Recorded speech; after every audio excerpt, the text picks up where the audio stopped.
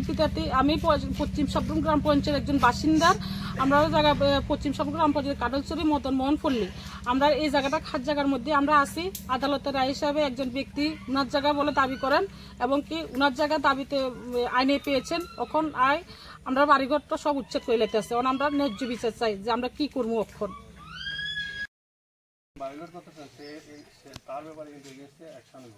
কিছু বুঝছেন না কি অ্যাকশন নেবো? এটা তো আমরা কেউ মারামারি করতাম না। এটা ক্রিমিনাল কিছু আপনাদের ক্রিমিনাল কিছু আমরা চাইবেন কোর্টে দেবেন, যা যা প্রসিডিউর করা আমরা সেটা দেবো এবং কোর্টে রিপোর্ট দিয়ে দেবো। তারা আমরা কর্তব্য কাজে বাধা দিচ্ছি। ঠিক আছে? তো আমরা এখানে আমাদের কোনো আছে যুদ্ধের কাগজপত্র আপনাদের? আমার কথা উত্তর দেন নাই। তো নাই যখন আমরা যখন চেষ্টা চলছিল তখন কিন্তু আমরা আগে থেকে জানেন আমার 24-এর থেকেও তারা নাকি আমরা যতটুকু কাজ করছি ততটুকুর মধ্যে আমরা কোর্টের রিপোর্ট দিয়ে দেবো। এবার কোর্ট যা করার করবো।